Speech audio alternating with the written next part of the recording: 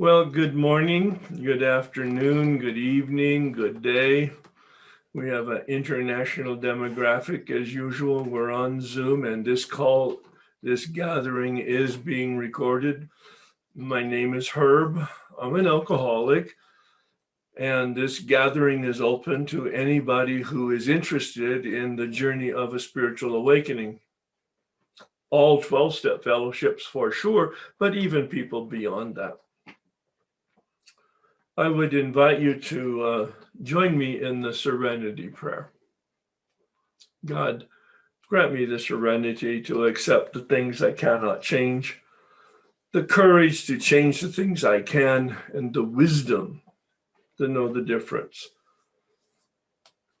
This Zoom gathering is being sponsored by and administered by the retreat center here in my local area, Mary and Joseph Retreat Center, and Melissa is their representative today. Perhaps she has a few words. Good morning, good afternoon to all. I see a lot of familiar faces, so I like to regard everybody now as the Mary and Joseph Retreat Center family. Yes, I am here as a retreat hospitality team member here. Here at the Mary and Joseph Retreat Center, we were established in 1963, many moons ago, all before our time, and we were envisioned by the late sister Mary Ignatius. We have so many retreats that go on onto our campus. If you're ever in Southern California, please come visit us. We welcome everybody. Um, and we also have hotel-like style rooms here where we can host individuals and you can do personal reflection here. It's such a beautiful place to be at. You can also look at our website, maryjoseph.org, if you want to see pictures of our campus or want to know a little bit about our events. So I'd like to introduce Herb. He has been connected with the Mary and Joseph Retreat Center for many years, and he is truly part of our family here at the retreat center. His 12 step and centering prayer groups have been extremely popular at the retreat center for decades. And now, since the start of the pandemic, he has moved these popular offerings to Zoom. Herb's journey includes 7 years in Claretian Seminary, a graduate education in psychology, 40 years in human resources consulting, certification as a spiritual director, 37 years of active participation in a 12 step fellowship, and the publication of 3 books on spiritual awakening.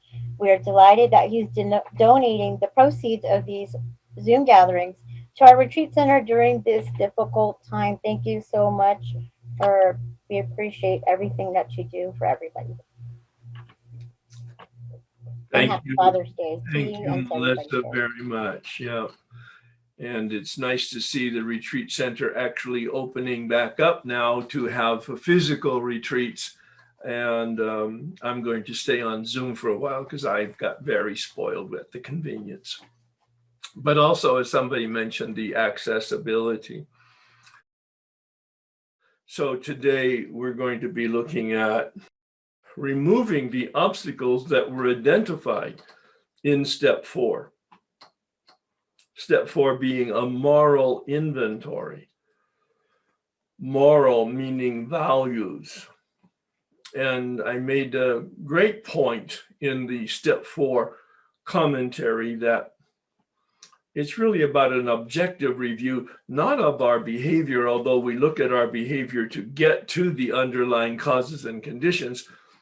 The real point is to look at the exact nature of the source of the obstacles. That's why step 4 is so challenging. It's a very analytical deep dive into our conscious beliefs and our motives, actually even penetrating, at least based on my experience, the unconscious. I have found that the most important methodology for teaching, maybe reading and learning too, but my experience was in 1984, the hospital asked me a question concerning my drinking. And My wife was in the hospital for her drinking problem. I was there to support her, but they wanted to know what my history was. Quite frankly, that's what they said visibly. Now I know underneath the covers, what they really knew themselves is that I had a drinking problem, but they also knew that I didn't know that, and they weren't about to confront me, but they wanted me to confront myself.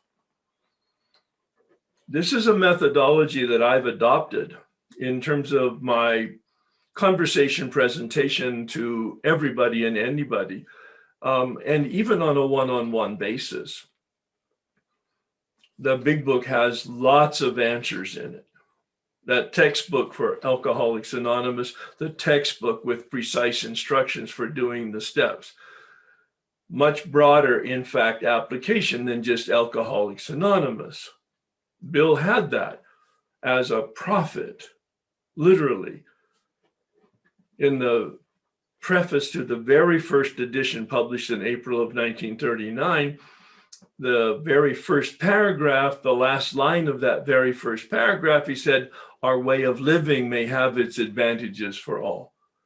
The 12-step methodology was built for alcoholics clearly, but Bill saw the potential and probable application to all human beings, not just alcoholics, not just addicts of any kind and all kinds, but even all human beings. And that's why when I'm talking to people about what I do is I help people get on the path that will lead to a spiritual awakening.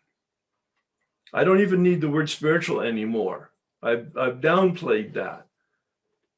It's still relevant and it's still part of my belief system. But in order not to create any resistance on people's part who are suffering, I talk about a human process, a human methodology to identify that they're asleep, dreaming that they're awake. A phrase from a Russian philosopher, Gurdjieff. He says all human beings are asleep, dreaming that they're awake. And that was certainly my case at age 43, when they asked me to write out my autobiography of my relationship to alcohol. That was the question. What was my history of drinking? Bullet point, not a script, not sentences, not catharsis, not therapy, just the facts. Writing it out, I began to see that I had a history of a problem with alcohol. And that was the beginning of the curtains being pulled back. But the real revelation came when I read it to some group in the hospital, a group of inpatient alcoholic men. So I got some information from the hospital in light of that question. We were in individual therapy, we were in group therapy, we were in conferences in which they presented information about alcohol addiction, the family system, the influence, the probable genetic source of addiction, the inevitable destruction in a family system when any one person has a problem. That information was invaluable. I didn't know that I didn't know until I began to know, and to know that I didn't know. I'm not being cute or poetic. I'm trying to really relate to you my experience, which probably is your experience in some fashion. They had me take some action by thinking about it and writing it out, but I also had the instruction to read it out. And I'm making a point of this because that's the fifth step. The fourth step is writing it out, and it takes a long time, typically. The very first step 4 I did in the program was when I got a sponsor. He said, write out your life story, an autobiography. It's actually a suggestion in the big book. Indirectly, he says in the material on pages 72 to 75 on the fifth step. He says, we tell someone all, and it's in italics, we tell someone all our life story. I'm quoting. So the big book supports an autobiography, and of course, my own personal journey supports it because that's where it started. My autobiography of my relationship with alcohol. If any one of you has any suspicion or concern or question about whether or not you have an addiction, maybe in addition to the primary addiction which brought you originally to a 12-step program.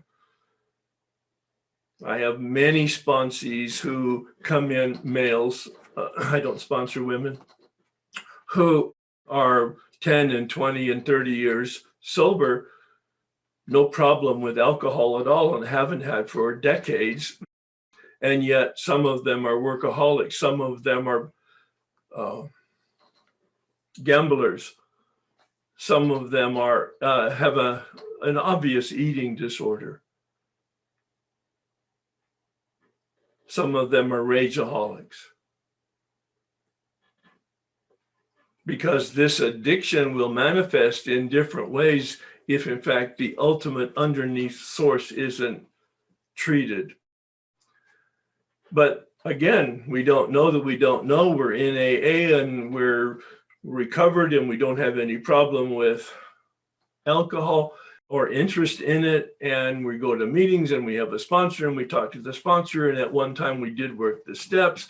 And oh yeah, I might occasionally do steps 10, 11, and 12, but I don't have a consistent practice.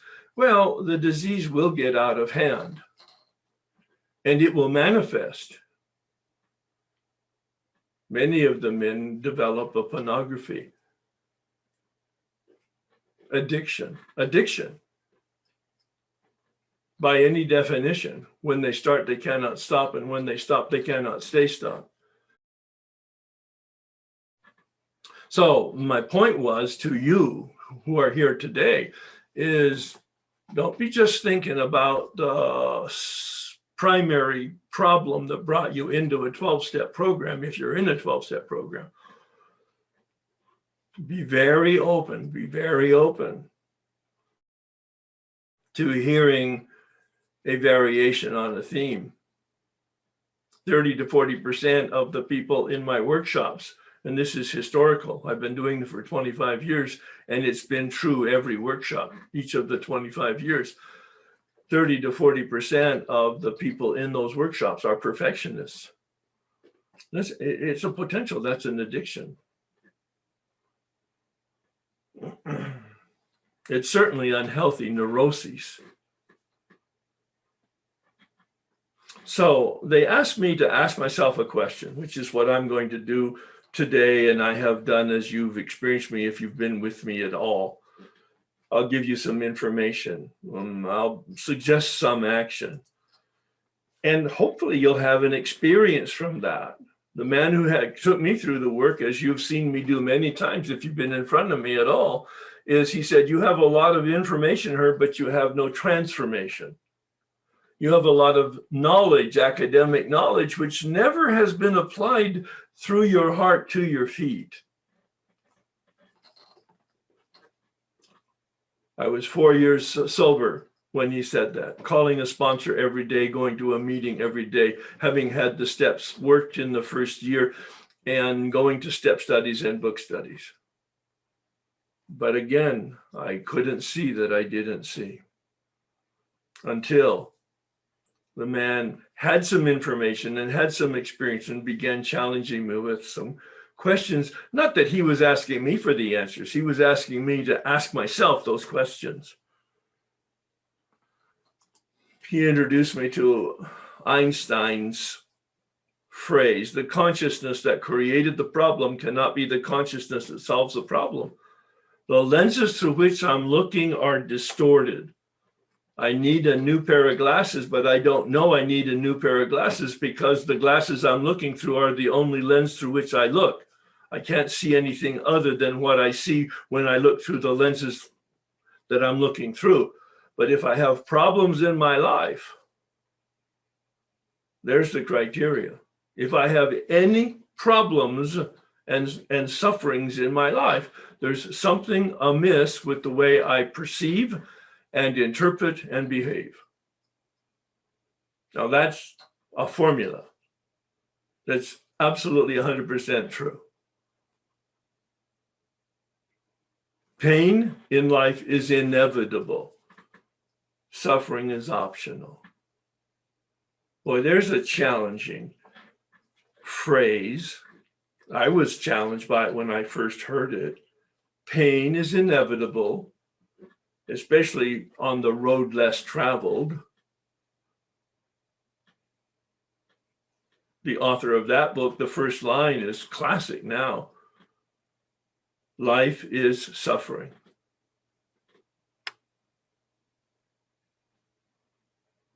I can't solve it using the lenses through which I look because they have distorted reality and I don't know they're distorted, so I'm operating on distorted reality. And I need a new consciousness. I need a new pair of lenses. I need a new pair of glasses. I need a revolution in my thinking. I need new awareness. I have recently changed the set-aside prayer I've used for 20 years. I replaced the word brokenness with the word unmanageability, the second half of the first step. It's become my bullseye focus now because it's the best kept secret in the rooms. Addiction's not a secret. That's why people come to a 12-step program. And if they do the work of the 12 steps, especially finishing those first 9 steps, the promise is neutrality. Yeah, read pages 84 and 85. That's pretty clear to most people. Freedom from addiction is the primary promise of the first 9 steps, placed in a position of neutrality. But the best kept secret in the rooms is that we're not cured of our unmanageability. People don't even make that connection. We're not cured of our unmanageability. That's the implication, that, as I understand it. The second half of the first step, the spiritual malady. We have a daily reprieve contingent on the application of and the consistency and the fidelity to and the diligence. Steps 10, 11, and 12. And so I believe this now, new set-aside prayer, revised, refreshed set-aside prayer, answers that. Please join me out loud. You're all on mute or silently, or at least with the internal commitment during this next hour, hour and a half that we're together, to have an open mind and an open heart and to be given it. It's a request to the Spirit for intervention. Please bring your crowbar and open up my heart and my mind where I don't even know it's closed. Please join me. God, please set aside everything that I think I know about myself, my unmanageability, the 12 steps, and you, for an open mind and a new experience with myself, my unmanageability, the 12 steps, and especially you.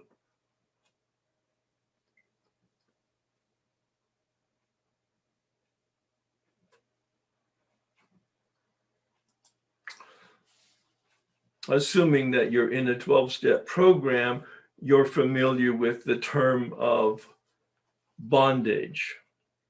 Bondage of addiction, first half of the first step. You may be less familiar with the application to unmanageability, the phrase, the bondage of self.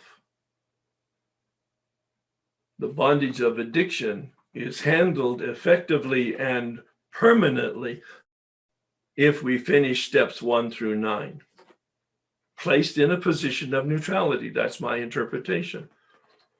But unmanageability is our human condition, not our addiction condition. Oh, our life is unmanageable, of course, if we're in our addiction or any addiction. Our life will be unmanageable, but what happens when we're free of our addiction? Our life, according to the big book, is still unmanageable on our own power. So ask yourself some questions here. Here they come. And if you have a pen and paper, you might want to even make a note or two. It's one thing to think it. It's another thing to write it out. Writing it out puts it visible to ourselves, and there's some mechanism in us that allows it to have a much deeper experience when we write it out. That's why journaling is so effective. That's why 4th step is said in every section of the 4th step in the big book. It says pen and paper in writing. Where is my life not working? Today, here, as we're not when you came into the program, and not even a year ago or a month ago, but today. Do you have any area that comes to mind, a nuance, a subtlety, a suggestion, a slight awareness, an intuition, an instinct, an inspiration? How have you done with this? You've been aware of it before. How effective have you been in dealing with this? Some aspect of the bedevilments on page 52, the behavioral description of unmanageability. Do you really want to change? There's the question that creates deer in headlights when I'm talking to people one-on-one. Well, yeah, I want to change. I'd like to sort of manage it so that I don't suffer when, in fact, I engage in my character defects. Do you want to eliminate your character defects? Not so much.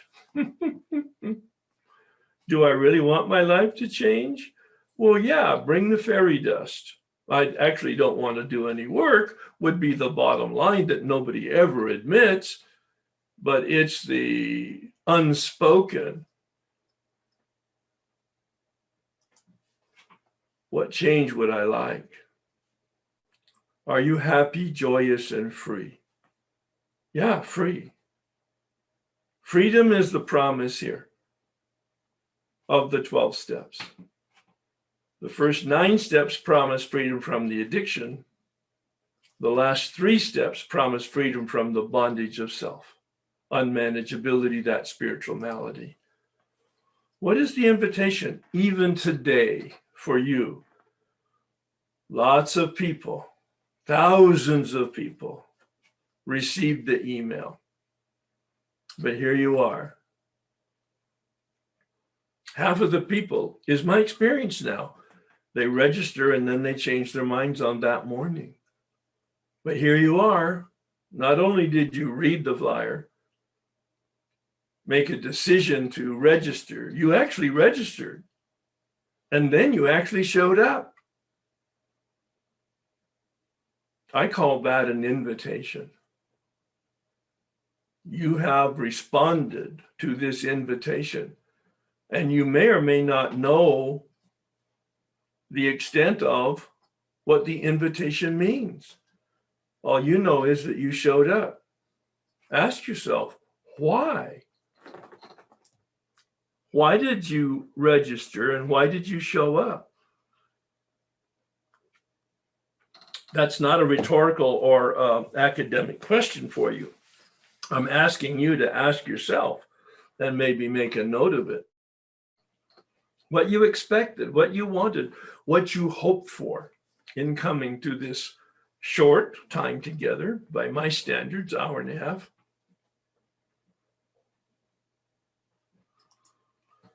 Maybe it's freedom, but notice once you finish your 4th step, you're very clear that there is no wall There is no ceiling, there is no floor, but there are still blocks to us, to our freedom. This cartoon, the second half of the other cartoon. At least we are aware now that our troubles are of our own making. And we're aware of it in Technicolor. We may have heard the words and agreed with the words, but we may not have internalized it. Once you've done a fourth step, especially if you follow the directions out of the big book, there is no way that you can come away from the fourth step without some realization that you're not a victim. In fact, you're the perpetrator. Bill says we're building a spiritual arch through which we walk to a new freedom. He starts that analogy in step 2, which assumes that step 1 is the foundation. Step 1, the foundation that we excavate very deeply to come up with an experience of no power, not effective power, complete defeat or surrender. As I pointed out many times, surrender, that word is not in the big book, but it's a perfect word for step 1. It's a totally inadequate and irrelevant word in step 3, where it oftentimes is used. Step 1, ineffective power. I'm defeated, both in terms of addiction, and then later on I realized in terms of managing my life. I do what I don't want to do, and I don't do what I want to do. And I'm restless, irritable, and discontent, and I need power. Well, willingness to believe that there is a power is the cornerstone, Bill says on page 47. And then on page 62, he says step 3 is the keystone. Step 2, a decision about power. Step 3, a decision for power, a decision to turn and have a relationship with. Words that are not that clear in the big book, but underneath, if you look at the words in the big book, you will see that's exactly what Bill means. He gives us 5 relationships on page 62 and 63 to take a look at as models. That's my interpretation of it anyway. The next reference to the spiritual arch through which we walk to freedom is step 5. We'll see that today as we begin step 5. I always believe in the context so that we see where we've been, where we are, and where we're going. Step 5, as you can see on the chart, is at the lower right-hand side of the arch. He says on page 75, we've walked through the arch to a new freedom. I'm paraphrasing. So he doesn't talk about step 4. He doesn't talk about the building blocks. I'm assuming that the building blocks are step 4. Resentment, which we looked at deeply. That's the most profound work I did initially. Taking a look at my delusional beliefs and my corrupt motives, and that selfishness and self-centeredness was the absolute source. Looking at fear, self-reliance, looking at sex, a complete dishonesty with regard to principles. Some I knew I had, some I didn't know that I needed until I did the inventory and asked myself the question that Bill uses as number 9 in the inventory. What should I have done instead? As a wrap up to step 4, I have people take a look at dishonesty, because resentment and fear and sex don't necessarily reveal dishonesty, at least from my own personal experience. And the man who took me through the work made a huge point. I was 4 years sober when he agreed to take me through the steps out of the big book. He made a huge point of no secrets, to reveal every hint of mint, of discomfort, embarrassment, tension. Even if the secret had been revealed before, if I still had tension around it, it's still a secret and needed to be revealed.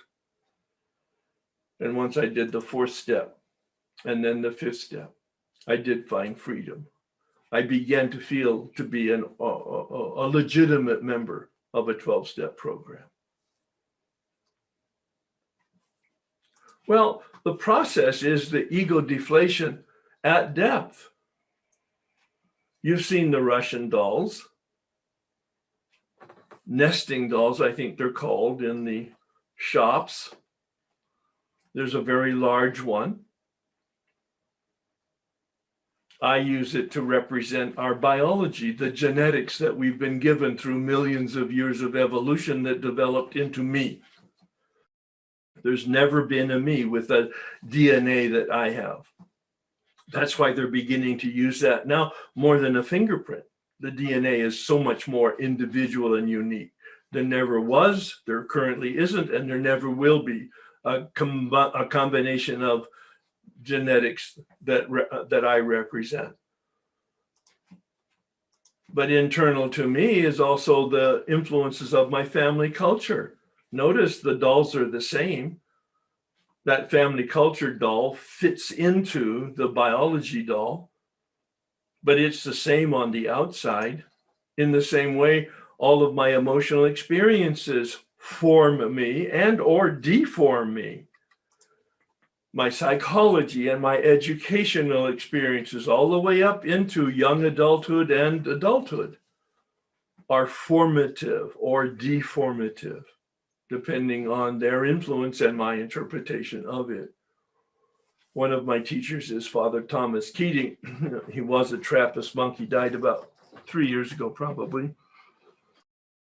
And he uses the term core of goodness to represent the true self.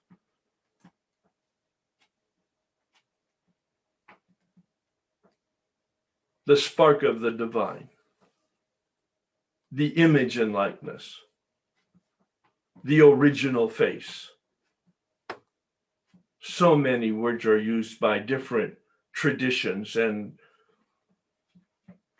psychologies and philosophies. But whatever gives us as human being, an individual human being, meaning as a human being. And the whole point of looking at my story is to get to the truth. Through the fourth and fifth step, we peel back all of these outer masks, these survival mechanisms, these default reactions that we develop for safety purposes, so that we can finally have the true self emerge. We write it out in preparation for reading it out.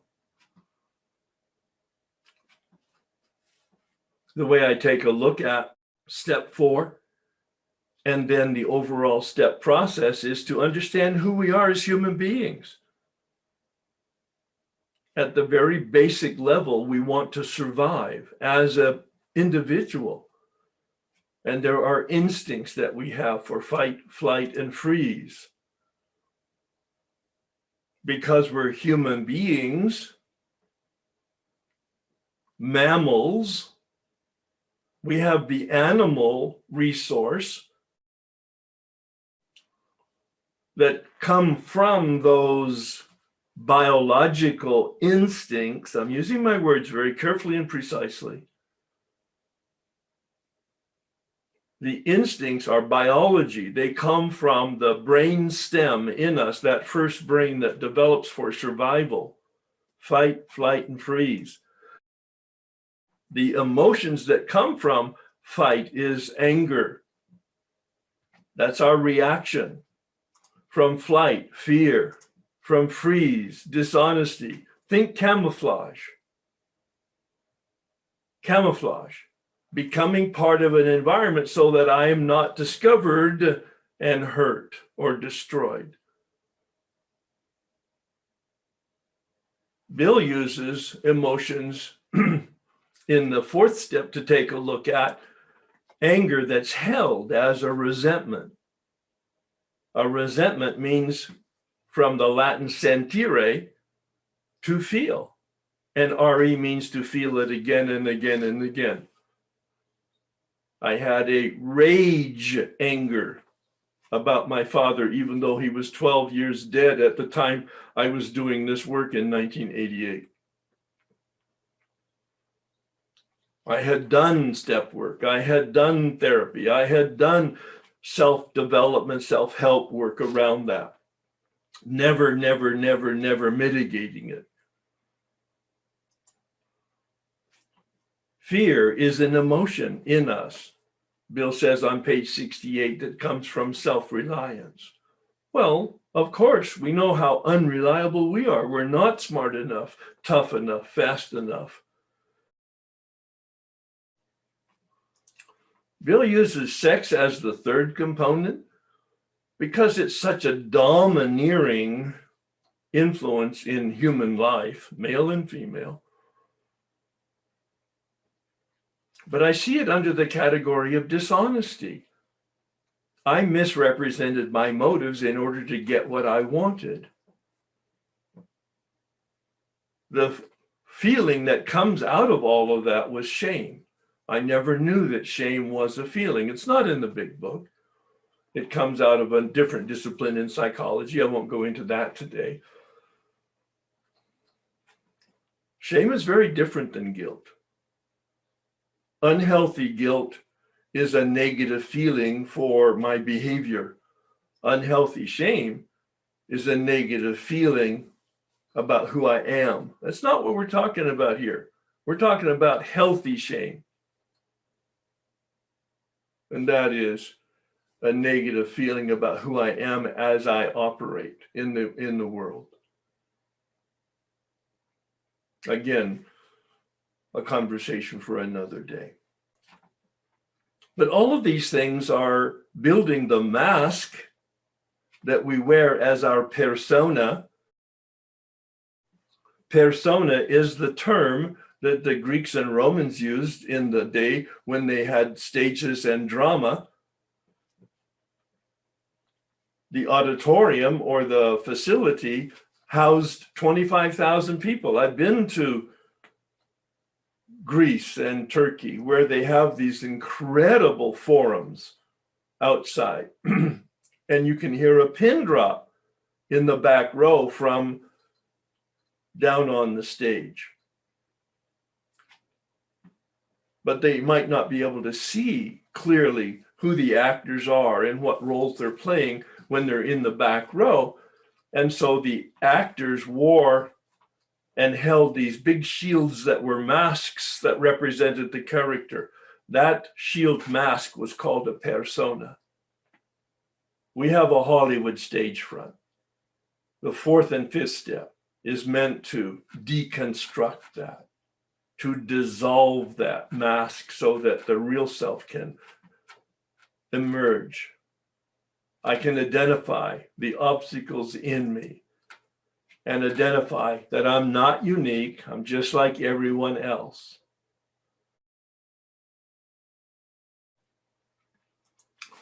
So when we take a look at the fourth step, Bill says on page 62, selfishness, self-centeredness is the root of our problem. Notice I've got it at the root here, and the fruit of the root are the resentments and the fear and the sex and the dishonesty and the secrets and the guilt and the shame. In the unhealthy, in the unhealthy sense, not the healthy sense. He also adds a component in the 12 and 12 of taking a look at, in step 4, the 7 capital sins. Some people find that productive in terms of doing the 4th and the 5th step. So I keep it here because Bill brought it as part of his supplemental work in the 12 and 12. But here we are now today looking at a removal of these obstacles. Bill suggests confession, but that he comes from the Oxford group, and that's literally what they called it. as part of their 6-step process for conversion, for transformation. The instructions on page 72 to 75 capture the step 5 suggestions. And he gives us the context, essentially, that I've given you in that first paragraph. So when you're going to hear a 5th step, I recommend that you have a place of confidentiality. It might be to go to the beach or a park, as long as you can make sure you're not going to be interrupted by any public interference. I have the good fortune of being able to use the retreat center, and I get a room that has a bathroom in it, and it's guaranteed no interruptions and total confidentiality. Normally, it's a long talk. That's what the big book suggests. And therefore, I suggest to people that they bring food and beverage for themselves. I bring my own. The only thing as the hearer of a 5th step I bring is a 8x11 pad and the big book. As an icebreaker, and this is my style, it's not necessarily represented in the big book, but even with my experience of hearing 5th steps, I'm a slightly have an edge. I mean, I'm a little nervous, of course, if I'm hearing a 5th step. Not only is it a very sacred event, I have no idea how it's going to develop or what this person needs. Now, the part of the person who's going to be reading their 4th step, and that's the whole point of the 5th step, is to read their 5th step, read their 4th step, page by page. From my standpoint, it's not a conversation. It's not a discussion. It's not therapy. Although all of those components are there, the primary purpose of the 5th step, from my standpoint and interpretation, is for somebody to read their 4th step. Read it all. I'll make some comments about some potential modification here in a minute. So what I suggest is that I read that first paragraph, and they read the second paragraph. I read the third paragraph. They read the 4th paragraph. Because what that does is gives us an opportunity to hear each other's voice in this environment. And we're reading from the big book, which is very safe. We're reading something that we both know. It's not personal. We may have reviewed it previous to this sitting of the 5th step, but now we're just reminding ourselves of the content. It's not a teaching moment. It's just a moment of meditation, and I suggest that. We start with the set-aside prayer.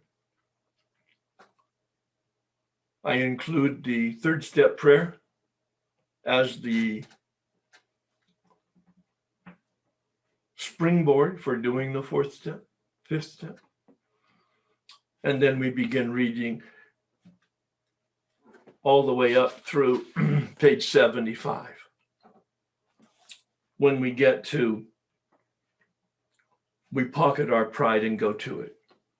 Then I close the book and I ask them to read the material on the resentment inventory. I'll come back to that in a minute. On page 72, Bill gives us the ultimate motivation for doing a 5th step at the bottom of page 72. If we skip this vital step, we may not overcome drinking. The guillotine hangs over our head at all times, and I have no control. It's on a trip trigger, and it can fall at any time. I'm ineffective in terms of my power to prevent my relapse. I'm convinced of that from my step 1 experience. No power over my addiction to stop when I start or to stay stopped once I've stopped. and no effective power over managing my life. My spiritual malady and the bedevilments will come back in such a way that the obsession will return and I will relapse. And I'll be hijacked by all of that without my permission and without my consciousness. I'm very clear on that from an experience, not just from an academic understanding. Bill says at the bottom of page 72, this is going to be a humbling experience. Sort of tongue-in-cheek, I say, anybody who enjoys doing a fifth step is probably not doing it correctly. It's embarrassing. It's difficult to talk to somebody transparently about all of our foibles, all of our defects, all of the impact of all of that on other people. He says on page 73 that we only thought we had humbled ourselves. We only thought we had lost our egoism and fear. You see thoughts in italics, meaning delusion. I don't know that I don't know. Seriously, and sometimes we have an intuition, but most of the time people are well-intentioned.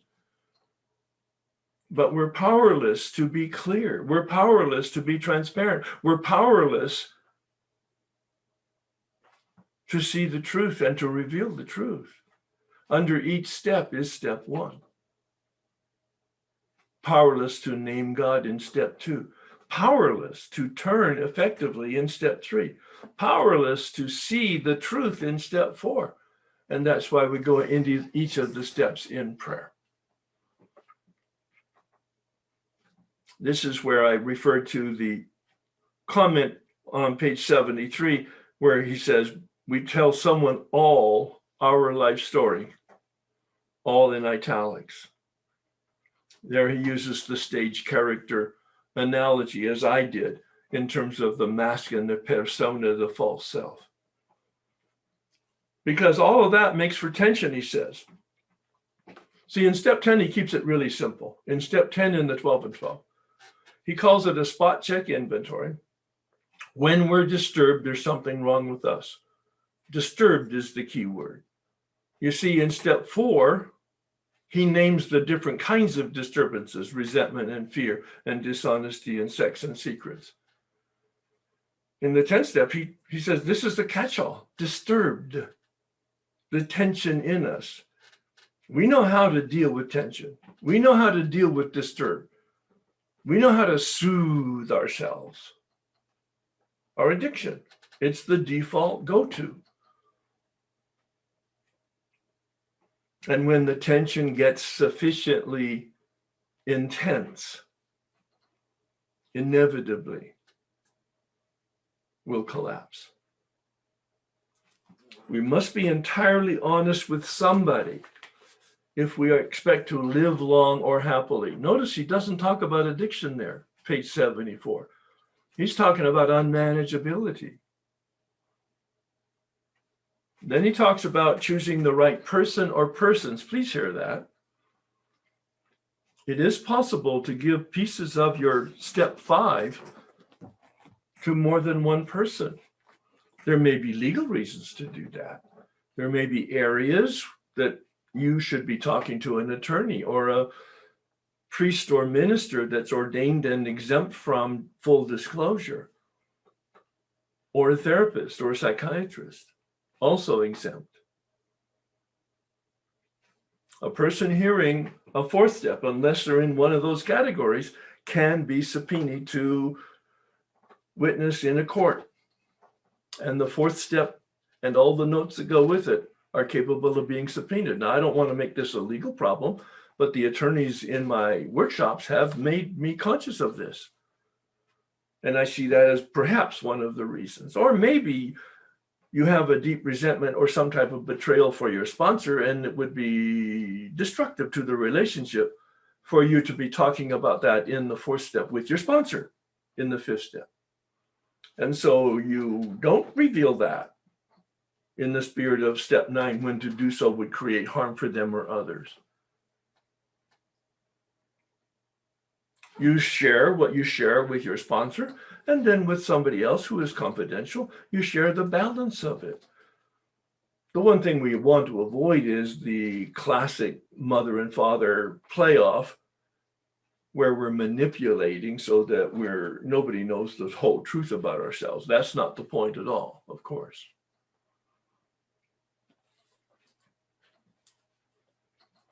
In fact, he confirms that at the 3/4 of the way down on the page. He says, such parts of our story we tell someone who will understand yet be unaffected, person or persons. He talks many times about a closed-mouth confidential person. Although it's an exception, I have heard in rooms revelations from somebody about something that they heard in a fifth step. Totally inappropriate, a total betrayal of trust. Or I've had people come to me having had that experience of being betrayed. This is a sacred journey, and somebody who's giving their fourth step needs to feel totally comfortable that this is an event where it's a sealed file. If I meet somebody I've heard their fifth step from in a room or on the street, whether it's in a group or one-on-one, I do not initiate any conversation about subjects that I heard in a fifth step with that person. That's up to them. That's a closed file, even with the person themselves. My wife never knew who I sponsored and who I was meeting with. She was very clear that she didn't need to know the particulars. My sponsees don't know who I sponsor. I keep it anonymous, not for lots of reasons, a discussion for a different day. They might know because somebody else talks about it at some point, but they don't know it from me. Anonymity and confidentiality are very sacred trusts.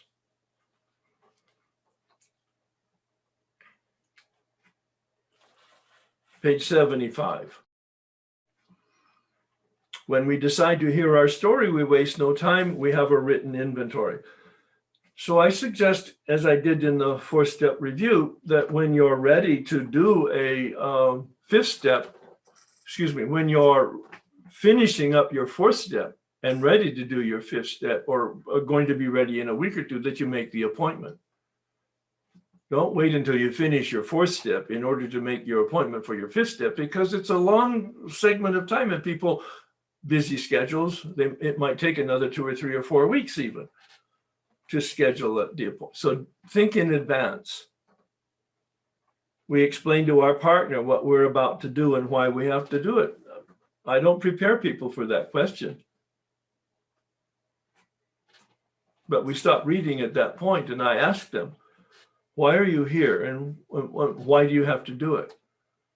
Most people are prepared just because of the work that's been done. Normally I'm hearing the fifth step of people who I've guided through the fourth step. That I'm here to be transparent, to read all of that I wrote in my fourth step, because I really want to stay sober first, but also I need, and I want, and I must have, and I expect and I hope to have a spiritual awakening. A life and death errand, he says. We pocket our pride and go to it, illuminating every twist of character, every dark cranny of the past. See, I translate that as secret. I don't think the word secret's in the big book. But that's the implication here. Every twist of character, every dark cranny of the past, we're shining the light of the truth into the darkness of the lie. And so then they read column 3, column 4, column 3, column 4, column 3, column 4. Now, I mentioned in my opening comments that I have them read all of their written material. And the exception here is once they've read a lot of column 3, column 4s together, normally they're pretty sick and tired of reading the same thing over again, because although the names, places, etc. all change, the underneath dynamic does not. And so either they suggest, or perhaps I suggest in a gentle way, that they read only the self-esteem and the pride in the column 3, and that then they move over to column 4 because they've already seen the delusion of the belief systems. What they need to do now is see the truth of their responsibility, their selfishness and self-centeredness, those first 5 questions on page 67 that are the primary ingredients of column 4. And to experience that turnaround from the perceived role coming out of column 3 to the actual and truth and the real role at the bottom of column 4, that turnaround. I am not a victim, I am a perpetrator, 100% of the time. The resentment did not come from circumstances on people, ever. The resentment came from my reaction to circumstances and people. I don't have a part in my resentment. I have 100%. I own it 100%. I'm not responsible for their thinking, circumstances, and other people's behavior. I'm not responsible for the outside. I'm responsible for my insides, my reaction to circumstances and people.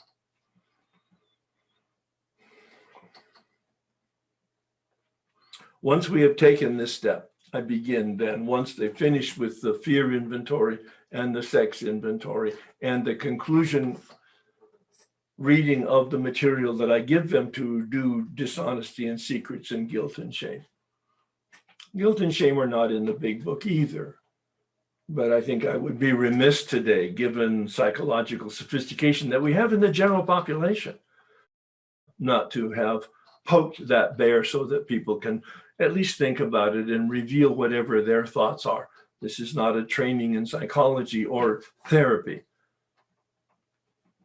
but we can help each other shine the light into the darkness so that we can see as many aspects of the source of our problems as possible, and in fact, even identify those sources in us that need professional help.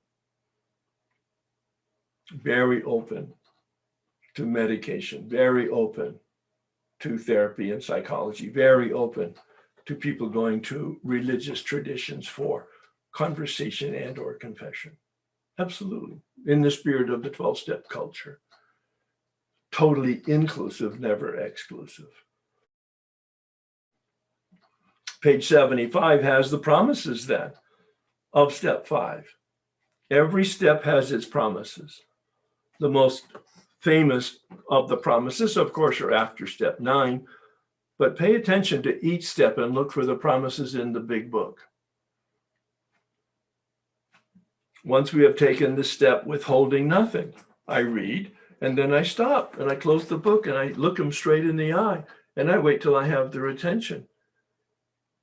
Have you read everything that you wrote? And I pause.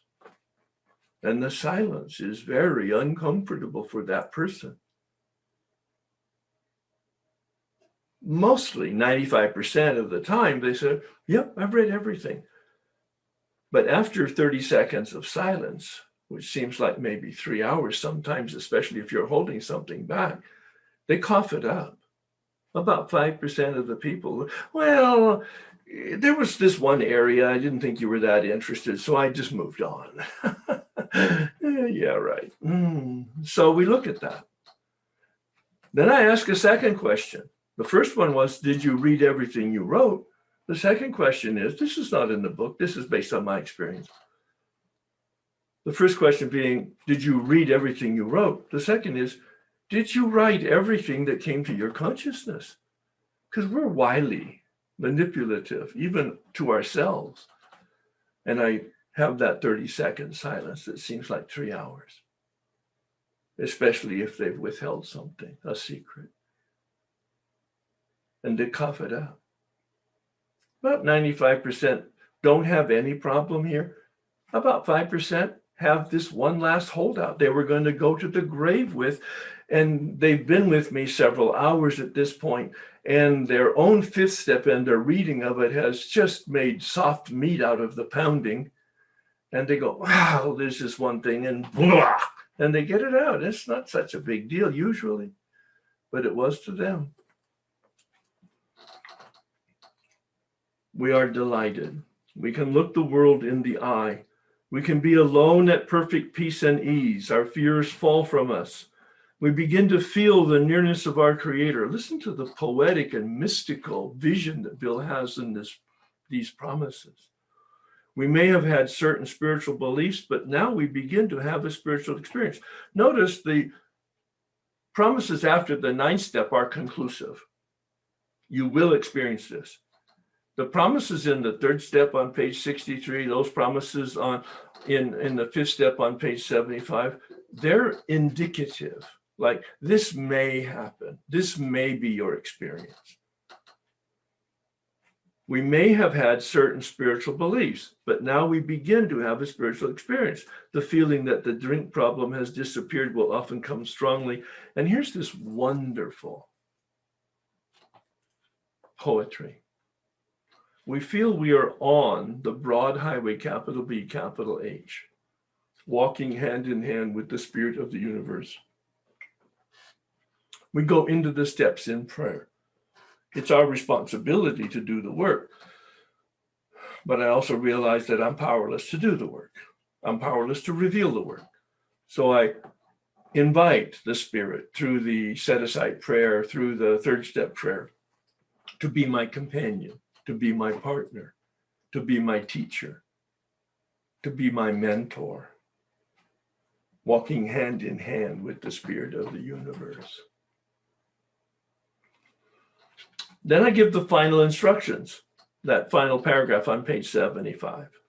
Returning home. Well, some people can't go home because it's busy and they can't be quiet for an hour, because that's what the book is going to suggest for a meditation. We find a place where we can be quiet for an hour. Maybe they stay at the retreat center. Maybe they go to a park. Maybe they go to the beach. Maybe whatever is a convenient location where they can be quiet, or just sit in their car for an hour. Well, what do you do there? Carefully reviewing what we have done. We thank God from the bottom of our heart that we know God better. Curious phrase. I have just spent months, maybe years, preparing a fourth step. I have just, all about me. I have just spent hours talking about reading my fourth step in a fifth step confession, all about me. And it says we know God better. I took that into meditation. Oh, I've removed the obstacles in me to the light that is in me. Therefore, the light in me is brighter. I'm in gratitude. Taking this book down from the shelf, we turn to the page which contains the 12 steps, page 59. It has the first 5 steps on it. Carefully reading the first 5 proposals, that's a synonym for steps. We ask, that's a prayer. Anytime we're talking to God, that's a prayer.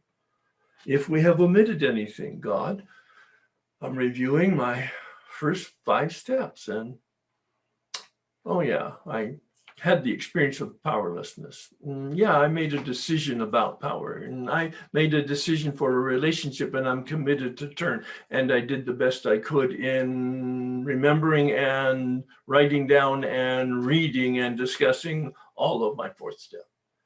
I mean, that will take longer than I just gave it.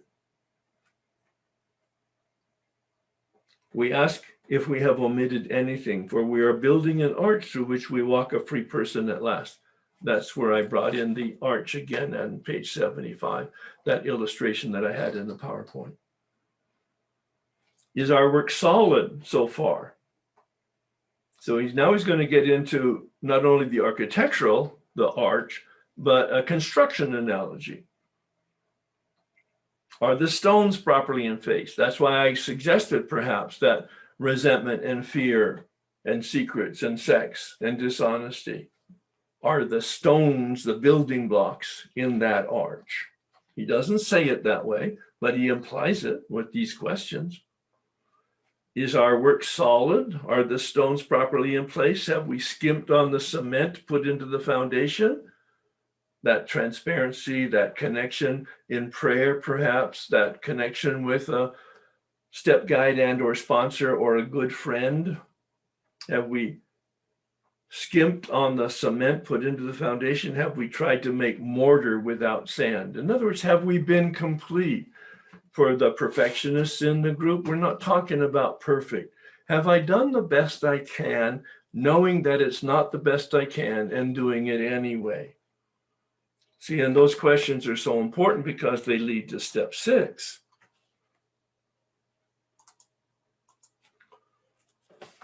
On the next page, there's only 2 paragraphs. The first paragraph on step 6 and the second paragraph on step 7. Now, Bill isn't as clear as my interpretation is about step 6. I think we need to name our character defects. If we can answer to our satisfaction, page 76, well, that's why those questions are so important. I tell people when they finish with the meditation, that 1-hour meditation, have dinner, take a walk, get a good sleep, watch a movie, go visit with some friends. You're done for the night, but do the meditation if you can, if you have the energy, the mentality, and the time. I'm very practical. Do what you can, do what you will do. Be very practical and common sense and balance. But then call me the next day and I'll give you the step 6 instructions. We read this paragraph and I asked them to make a list of their character defects. We did not do that during the 5th step. Neither did they write their character defects down, nor do I write their character defects down. I might have kept notes so that I could have a dialogue with them at the breaks that we take after the resentment, after the fear, after the sex inventory. And at the end, we will discuss my notes. Then at the end of the 5th step, I give them my notes. I don't keep a file on my people, of course.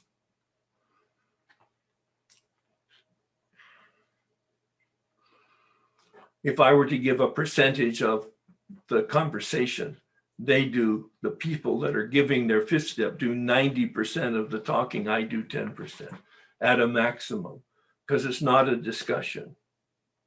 It's a confession. I'm not there to do therapy, nor to do sponsorship. This is not a teaching moment normally. I don't have any rules about this. So every once in a while, I can make an observation and put a couple things together so that they can see a pattern that they might not have seen otherwise. But that's not my job. My job is to listen and to listen deeply. People need to be heard. That's where that sacred event is.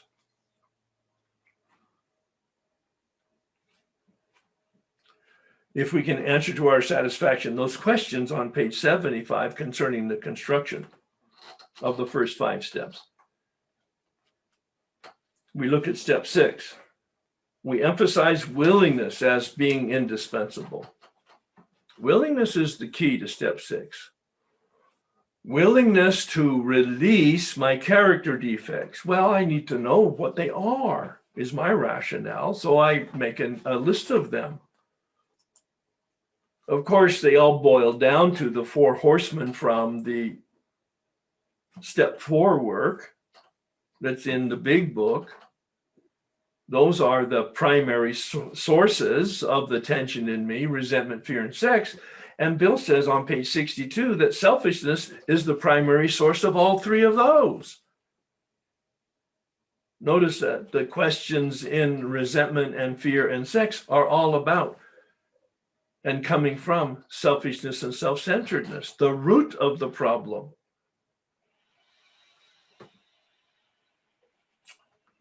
Am I willing to let them go?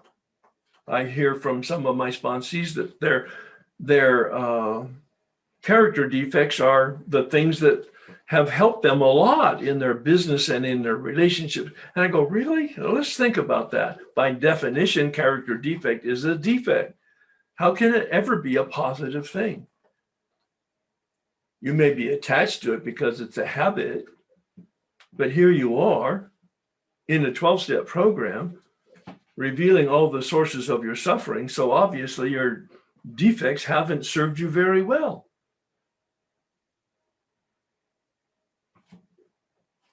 My liabilities are not my assets until, in fact, I finish the 9th step. And then Bill says your liability may be your only asset because we're wounded healers. I help people when I can help them identify with my wounds and their wounds, and that I healed and they have the probability of healing. Wounded healer. God can write straight with crooked lines. Are we now ready to let God remove from us all the things we had admitted are objectionable? Can God remove them all, every one? If we still cling to something we will not let go, we ask God to help us be willing. Willingness is the key to step 6, as it was to step 2, as it is to step 4. Willingness. But this man who took me through the steps said willingness without action is fantasy. A derivation coming from the scripture letter to James, faith without works is dead. Don't tell me what you're willing to do. How are your feet moving? I'm willing to be relieved of my character defects. Are you praying on the daily basis for their removal specifically? This was now not in the big book, but it was my experience based on something that was shared in a meeting. This man prayed the 7-step prayer generally for the removal of his character defects, and it didn't work. And that was my experience. I woke up the next morning having prayed the prayer, after writing out my own prayer, after discussing it all with my step guide. And my primary defect was still there. So I was very ready to hear this man say, he prayed specifically for the removal of a specific character defect. It's not in the big book, it's not in the 12 and 12, but it was his experience. And this particular defect I had was going to undermine my personal life, my professional life, and page 70, 71 of the big book, 70, confirms that. If I don't change my behavior, I'm sure to drink again. So I went into the room after I heard this, got on my knees, my bedroom, shut the door, and I was about to pray specifically for the removal of the specific character defect, and I had to stop because I realized I wasn't willing at all to have that defect removed. I was enjoying it, even though it was corrupt and it was destroying my life. I was shocked. I had just spent months doing a 4-step, hours doing a 5th step, a dedicated process of listing my character defects, and a delusional thought that I was ready to have them all removed.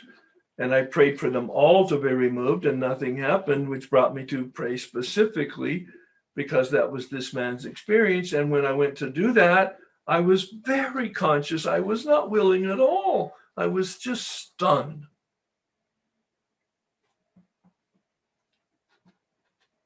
But I remembered the work on step 6. Willingness was the key. And if we're not willing, we pray for the willingness. That's what he says. We pray for the willingness to have them removed. And so I prayed for the willingness. I was willing to be willing to be willing. It was remote.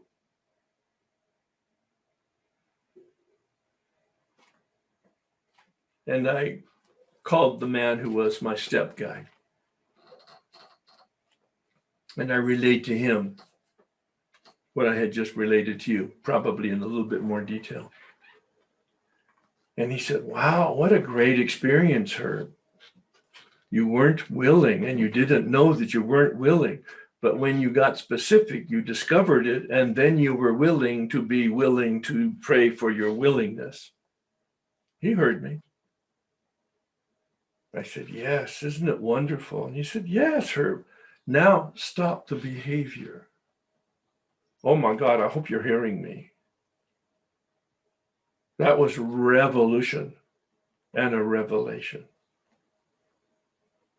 I had the insight that I wasn't willing, but he had the insight that I needed to take action.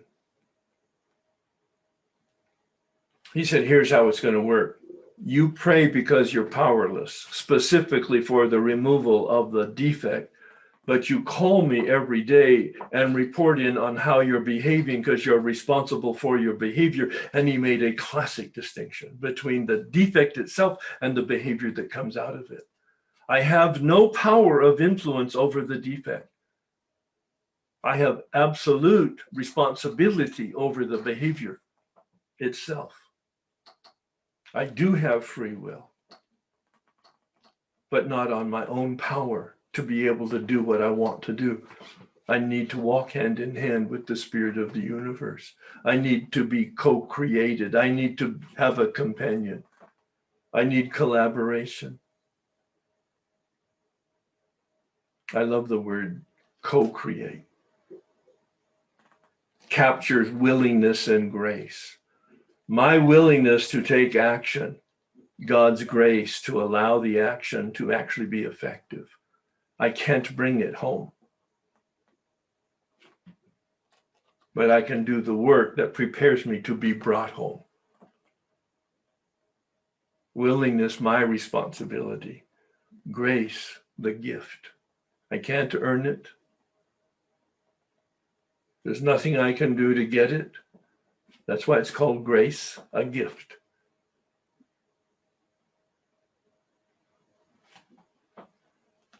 Within 48 hours, the behavior changed. I called him every day for 2 days, praying specifically for the removal of the defect and the change in the behavior. Within 48 hours, the behavior changed. It took 2 years for the inclination to go away. After about 3 or 4 weeks, we agreed that I would call him once a week and then once a month because it was basically being contained. But I prayed every day specifically for the removal of the specific character defect. And I called him every day until we agreed that I would call him once a week. And then we agreed I would call him once a month. And after 2 years, it was very clear to me that even the inclination was removed. This was 30 plus years ago, and it's never returned. The inclination, the thought, the memory, oh yeah, all of that, sure, we're human, but not any type of real inclination. It's amazing. Freedom. That's what we're talking about, is freedom. I have a worksheet in my Way of Life document. It's on my website for the turnaround in the character defect. Take a look at the defect itself and the behavior that goes with it. I ask a question, what am I defending in that third column? What's the virtue that's the opposite of the defect? And what behavior would go with that, so that I can have a vision of, I don't have the experience yet, but I have a vision of what it would look like if I didn't have the character defect. And I can pray and I can work toward that. I pray because I'm powerless. I pray specifically for the removal. I was not in the bondage of addiction. That gift was given to me on February 20th, 1984, without my asking. Alcohol was removed because I made a commitment to quit for 90 days to support my wife's recovery, and I haven't had a drink since, nor an inclination to drink. But as I just mentioned, 4 years sober, I had lots of mischief in my behavior, in my thoughts and my feelings. And that was a kind word for the destruction that all of my character defects was causing. But I got free because I was able to not only identify it, I was able to drop the bars. I was able to take full responsibility.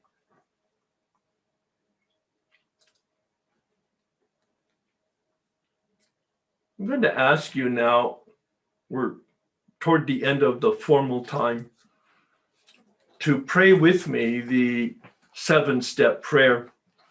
And we'll do it antiphonally like we did with the 3rd step if you were there. And what that means is I will pray a word and then you will pray it. I'll pause. I will pray a phrase and pause and then you pray it.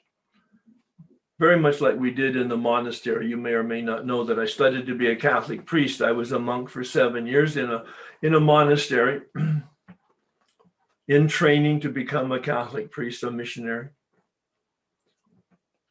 And the monks on the left would begin a prayer in the morning meditation and prayer practice, and the monks on the right would then respond to it antiphonally, anti back and forth, phonal, meaning sound. I will pray a word. I will pause, you pray it. Now you're on mute, and I think I'll keep it that way so that we don't have any cacophony or interruption. So you're welcome to pray out loud or to yourself, or not to pray at all, but to have an open mind about asking God, higher power, the universe, the spirit that walks hand in hand with us, to remove a specific character defect. Be specific in your thoughts, in your awareness. What is it that is the primary source of your suffering and others' suffering? You might be free of your addiction, but what part of the bedevilments and the unmanageability and the spiritual malady is still kicking your butt?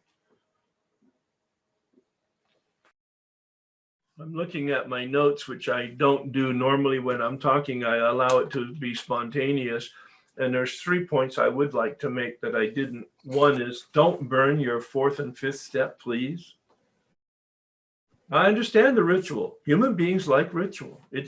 I completely, but don't do it at that point. How are you going to construct step 6 and step 8 if you don't have the work of step 4 and any notes that you might have from step 5?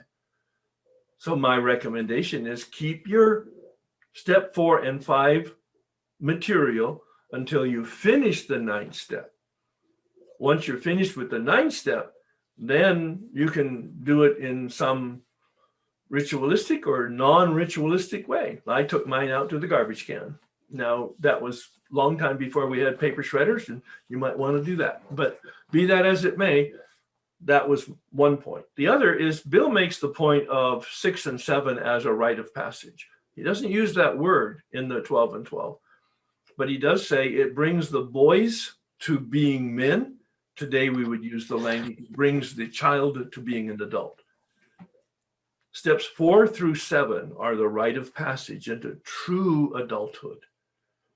And the other is to pay attention to the words on page 14 that one of my favorite quotes in the big book at the top. Bill says, simple but not easy. See, my explanation of 4 through 7, very simple. Doing it, whew. I don't believe that over half of the people in the 12-step rooms have completed step 7. That's a cynical outlook, but based on what I observed, it may be true. Obviously, we don't know. Simple but not easy, it says. A price needs to be paid. It means the destruction of self-centeredness.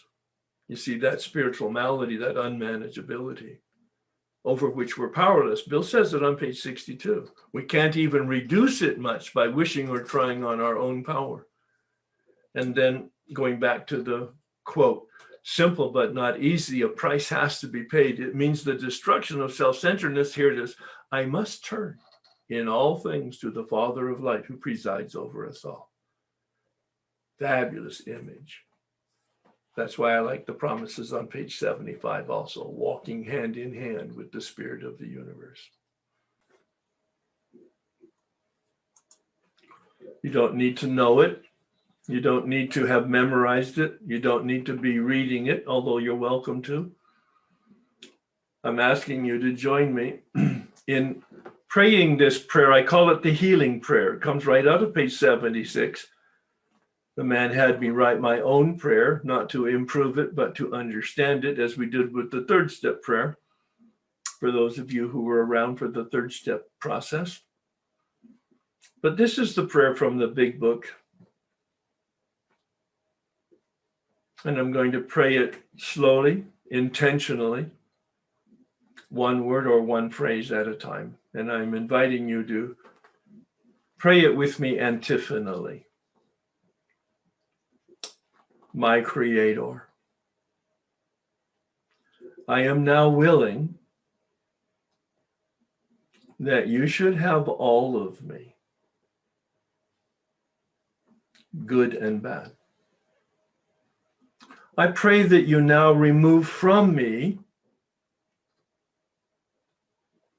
every single defect of character that stands in the way of my usefulness to you and my fellows. Grant me strength as I go out from here to do your bidding. Amen. Now notice two things here. The prayer starts, my Creator. Isn't that fabulous? I hope Bill was conscious of it when he created this prayer. I've just done a fourth step, seeing all of my brokenness. A fifth step in admitting it out loud. A sixth step to see how it manifests in my behavior and the impact on others, and that I'm powerless in the way I'm constructed. And I've gone to the original engineer, the Creator, and I'm saying, I'm broken. I need to be fixed. I'm wounded. I need to be healed. My Creator. And then, as I pointed out with the third step prayer is a beautiful prayer. It doesn't have an amen. My speculation is because it's the beginning of a process, not the end of a prayer. The third step is a commitment to do 4, 5, 6, and 7. Bill calls step 3 a beginning. No amen, because it's a beginning, not a conclusion. But step 7 is a conclusion. I have been brought into the sunlight of the Spirit. The obstacles in me, the clouds in me to that sunlight have been removed, and the sunlight now is bright in me, to me, removing the clouds, removing the darkness, restoring me to sanity. That protective spiritual shield behind which I live, that allows me to be free of my addiction at the very most, and to live free of my spiritual malady, unmanageability, those bedevilments, that selfishness and self-centeredness at the very most. Amen.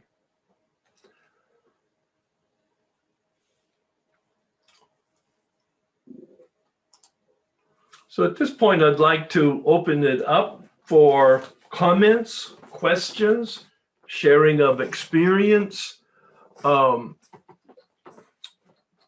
resistances, disagreements. It's all available. It's all on the table. I have no rules other than let's stay with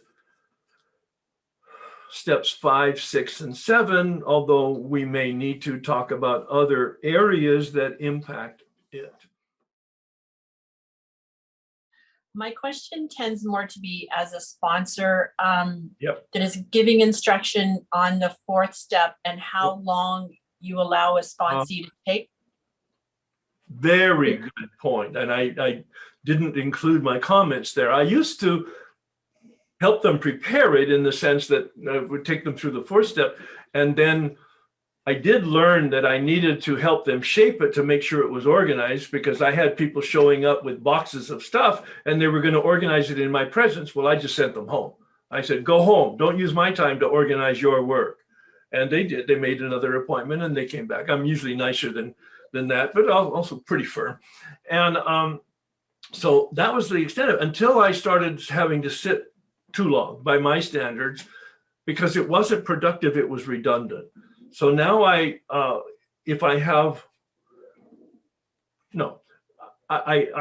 attempt to shape it so that it's a maximum of 8 hours, so that we can do it in one sit. My preference is to do a fifth step in one sit, because there's an accumulated power in the reading out loud of the material as it washes over that person after 2 or 3 hours.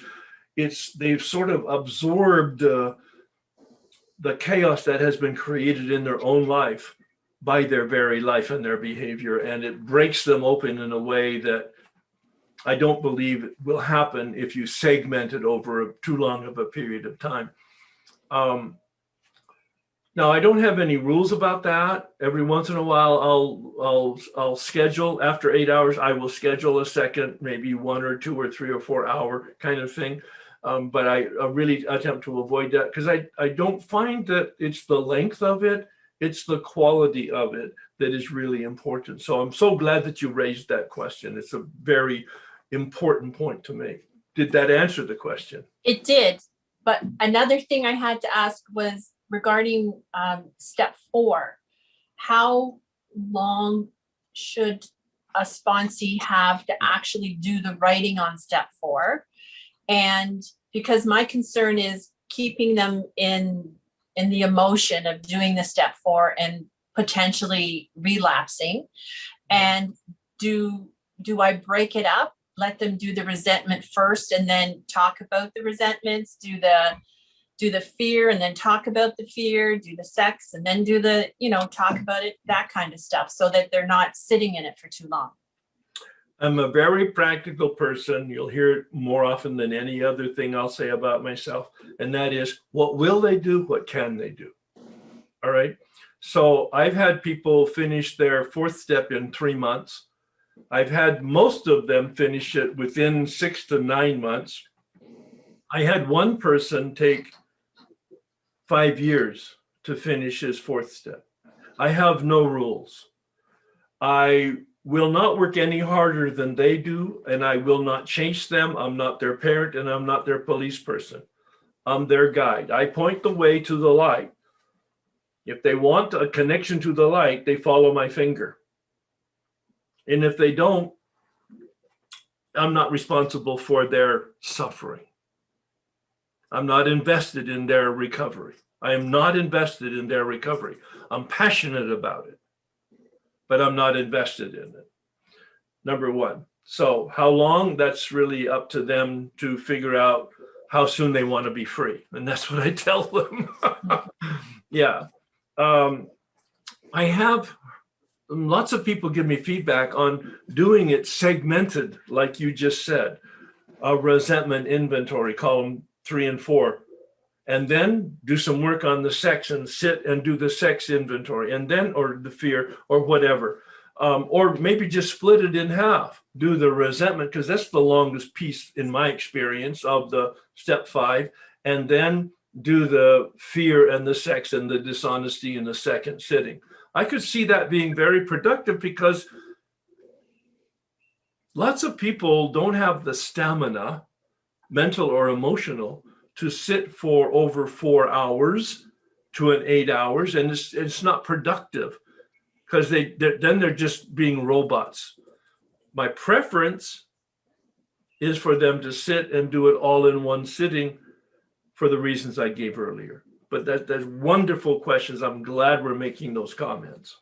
So the other thing is, if I'm working with a sponsee and they're working on their fourth, Yeah.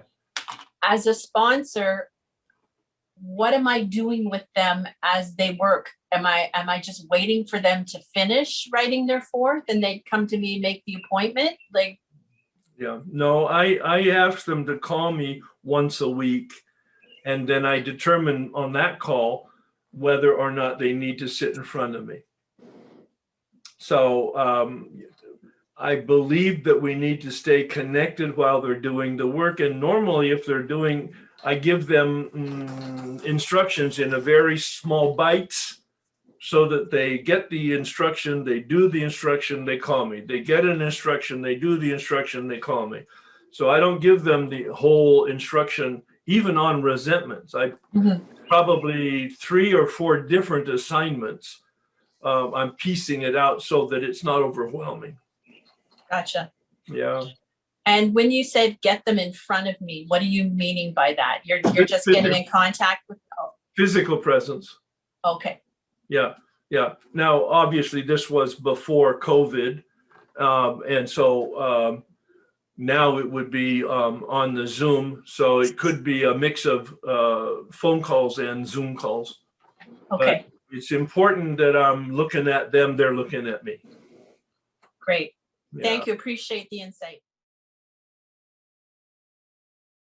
I had just wanted to say quick on you, when you spoke of place of confidentiality when doing the 5th step. I thought that was really important for me.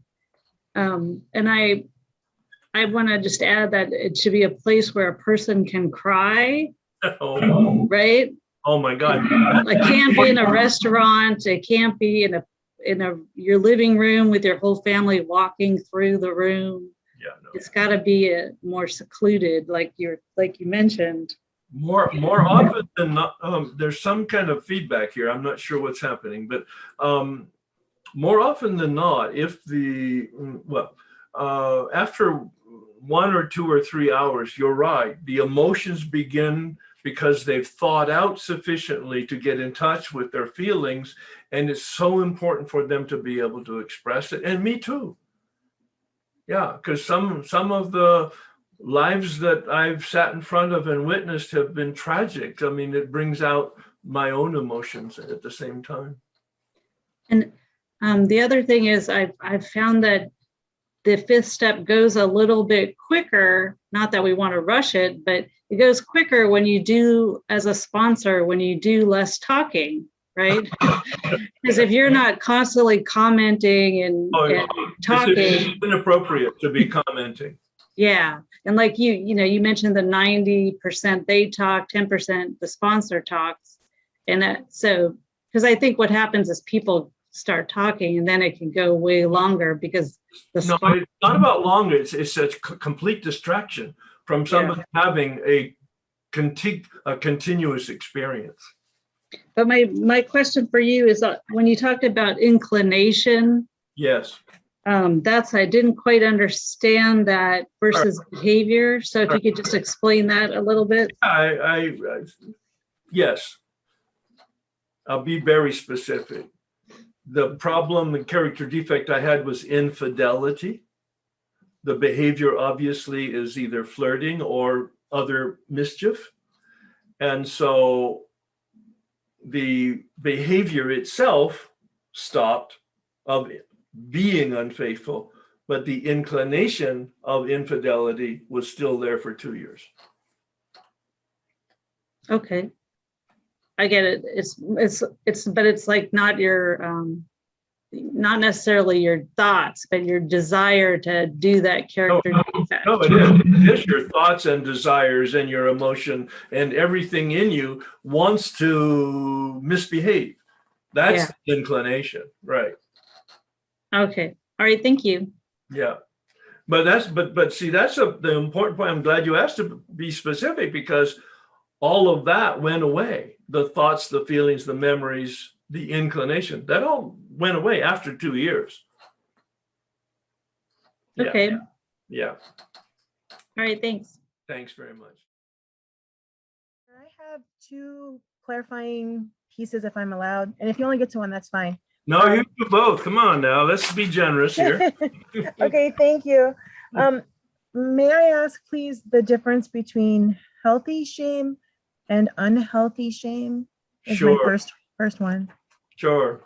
I had unhealthy shame that I was not good enough, that I was not competent. I felt awkward in social circumstances. That's unhealthy. All right. Okay. Shame for my infidelity is a healthy shame. That makes sense. Yeah. Thank you. Yeah. And my second one, I was listening more than I was writing, so I wrote down something like not a victim, but 100% a perpetrator. And I was like, I just wanted context for that because I didn't write the full snippet down. No, you did write it down. Yeah, that's the essence of it. So what part of it do you need clarifying with? I mean, like when we do our fifth step, we understand our part, like I'm not sure that you do understand it. I was saying if you do understand it and have an experience, that you'll not use that word again, my part. Okay. I guess I'm trying to understand. I understand. I know I've had this conversation many times. All right. So Okay. when you say I have a part, that means they have a part. And they have no part in your reaction. None. Zero. Okay. Yeah. That's a huge awakening. Oh, they're doing unhealthy things. Circumstances and people are in play. They're living their lives. But it's my reaction to them that is my problem. My reaction is my Gotcha. You got it? Yes, thank you. I'm gonna have to ponder that. But it's life-changing. It's life-changing because I have 100% responsibility for my life. I have 100% responsibility for my emotions. I have 100% responsibility for my behavior. That's freedom because I'm no longer on the puppet strings of circumstances and people. Thank you. Yeah. And saying it is one thing, hearing it and understanding the words is another thing. Experiencing it, going through the fourth step, columns 1 and column 3 and column 4, it's mind-blowing and life-changing. Thank you. Yeah, thanks very much. Over the years, I've heard people talk about they do a fourth step periodically, or they do it every so often. Yeah. What's your thoughts on that? What are your thoughts on that? Yes, I did a fourth step in my first year, in my 5th year, in my 8th year, in my 10th, 11th year, and then my 20th year, because I redid the steps each of those times. I have done laser focus fourth steps where I didn't do all of the preparatory 1 through 3, where I had a problem that wasn't going to be dealt effectively with step 10. See, step 10 is that spot check inventory on a daily basis whenever I'm disturbed. So Right. that's a recap. And if you're doing a rigorous step 10, you probably don't need to do a fourth step. For the first 20 years in the program, I wasn't that rigorous. So I had to periodically, or I was led to periodically do a fourth step, a complete fourth step. That answers my question, because I do a pretty rigorous 10th step, and I just heard over the years, and in terms of sponsoring, I wanted to hear your thoughts on that. Well, let me make another comment though, because there are people that think you do the steps once and you're done. No. And you just stay faithful to 10, 11, and 12. Well, I'm just not that rigorous, right? Or at least wasn't. There are some people that do it every year. All right, they do a complete journey through the steps every year because that's what they want. Great. That's the last time I did the steps was 2003 with a very skilled mechanic in the big book. And it was a good experience. It just, there was nothing new. So I haven't done it since. Right. Thank you. Yeah, great um, question. And I want to just say, when you ask, what is the invitation? Why are we here? Yeah. I wrote down, and I'm finding this more and more, that why I'm here every time is I think the two main reasons are to be a better sponsor and step guide, to get this like refresher and better guidance, and then to increase my contact with God. Yeah. Because it just comes down to that every time. Yes. And this is going to sound like a really, maybe an ignorant question for somebody who's been here as long as I have, do you think anxiety is a character defect? It's a really good question, actually. Anxiety, you notice the word isn't in the big book, I don't believe. You could do a word search on it, but my sense is I don't remember seeing it. But it's just it's a kissing cousin of fear. Right. Right. And so I don't, well, yeah, actually, it's probably a character defect in the sense that even if it's merely episodic or periodic, it still reflects what Bill talks about on page 68 is a lack of trust. Right. It's a self-reliance. Now, it may be, however, psychologically or emotionally driven in the sense that it needs professional help. Mm-hmm. So the big book will only take you so far. It's not a panacea. There's a psychologist in San Francisco, Wellwood. He's a clinical psychologist who is not addressing the 12-step program, but he has a great phrase. He said, many people use spiritual bypass. Mm-hmm. And what he means by that is they go to religion or spirituality rather than dealing with personal human issues. You don't go to a priest for a broken leg. Mm-hmm. All right. You go to an orthopedic person. Right. So you don't go to a 12-step process to deal with family of origin issues at the level of trauma.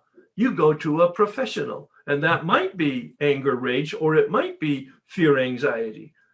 So, but that's a really good question. And of course, there's not a black and white answer. There's just like, okay, what kind of help do you need? Right. And I for my own self, anxiety and fear, I think you said it really well, are kissing cousins, because when I stop and I look at what am I anxious about, it's what am I afraid of? And I might be more prone than some people towards anxiety, and I might be less prone than some people towards anxiety. You know, it's whatever you want to, but it just, yeah. No, and in my workshops, when we look at the fear inventory, I make this comment. I'm not a scientist, all right, but I read scientists. And so I quote them if they're credible. And one of the psychologists said, there's only two natural fears, the fear of falling and the fear of loud noises. Every other fear is an acquired fear. Oh. Yes, that's what I said. I said, wow, there's some freedom in there in that knowledge, because if I'm not getting free of some of the deeper fears, like anxiety, for instance, I might need professional help. I might need medication because there might be something wrong with my wiring. Right. Yeah, great question. Thank you. Yeah. My first question is simply, do you recall the quote that you shared with us from the monk who you said passed a few years ago about the core? I missed it and it sounded really brilliant. Core of goodness. Core of goodness? Core of goodness. Some people would call it the soul.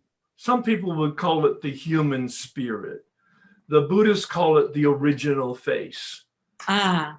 The Jews and the Christians call it the image and likeness from Genesis. God made humans in God's image and likeness. So there's all kinds of ways of talking about the real self. And that's what the current psychologists call it. They call it the true self. Yeah. Thank you. Yeah. And my other question has to do with freedom. freedom from the bondage of myself, this process that we're going through, and working with step 4, 5 today, a little bit of 6 and 7. So I celebrated my 2-year sobriety date last Saturday, and Congratulations.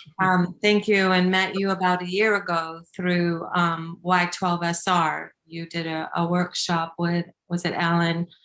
And you helped me a lot, you know, get through this pandemic, because as with many people in my situation, we reached a point of complete isolationism with, you know, our bottle is our only companion.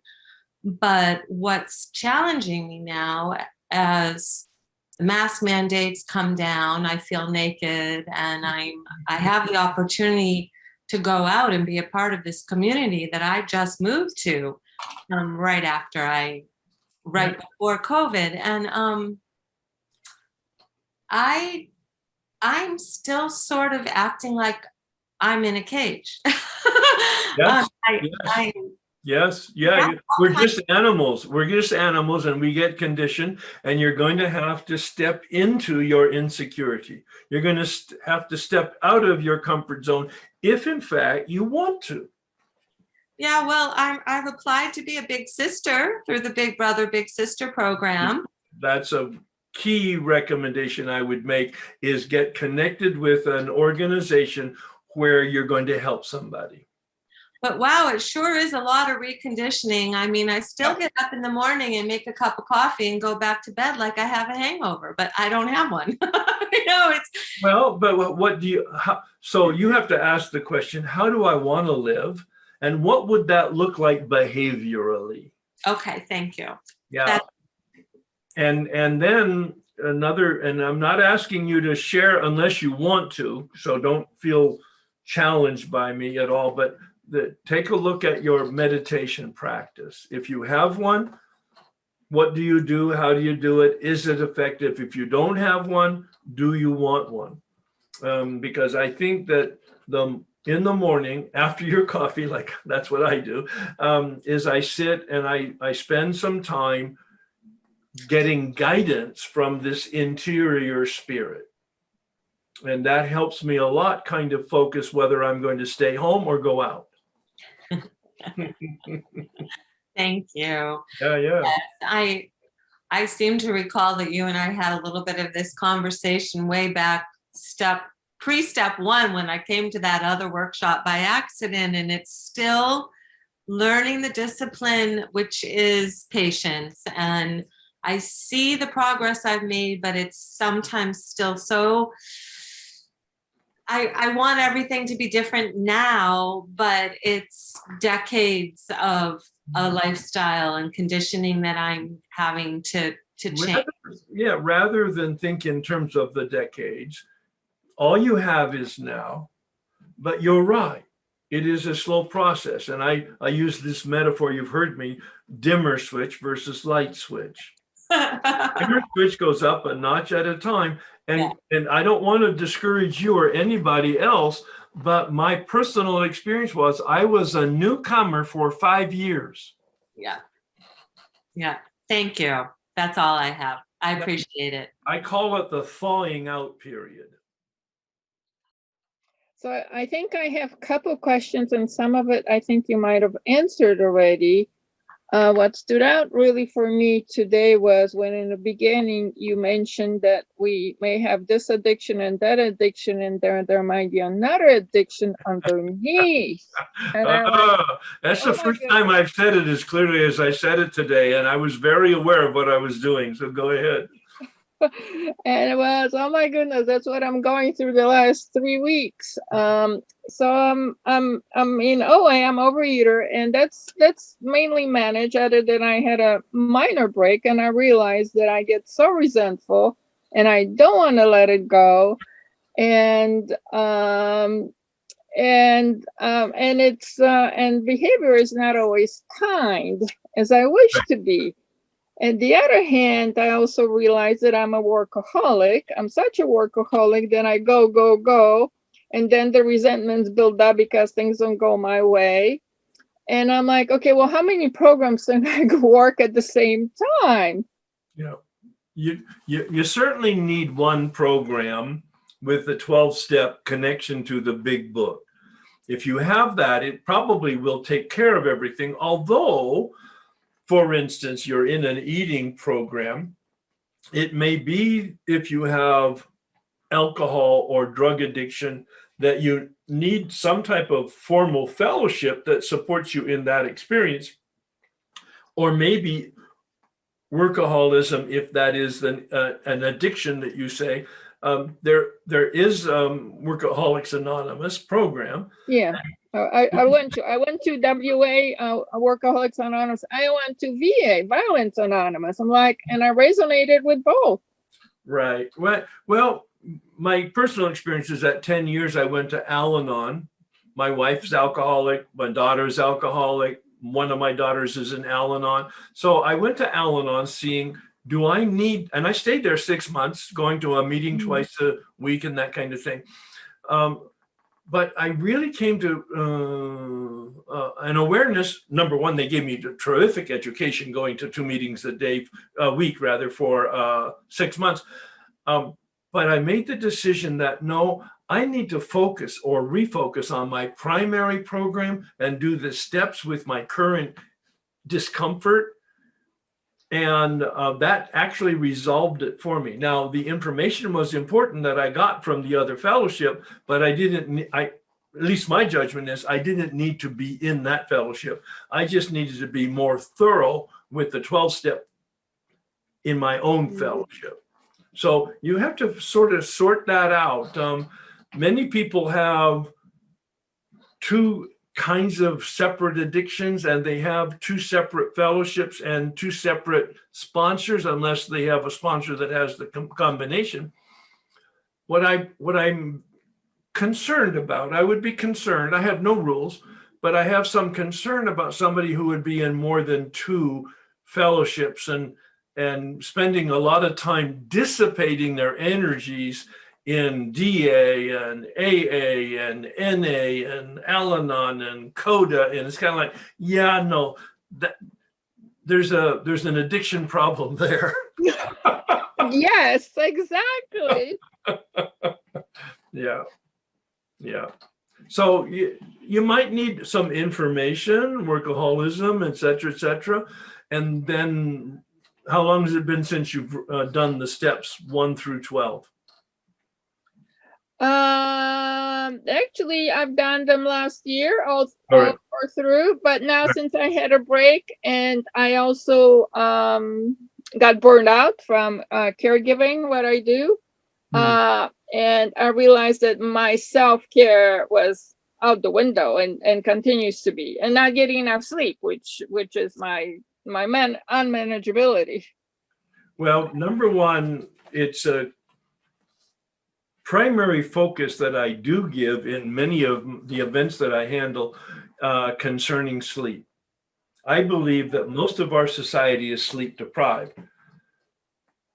The professionals talk about minimum standards for sleep, 7.5 to 9 hours consistently on a daily basis.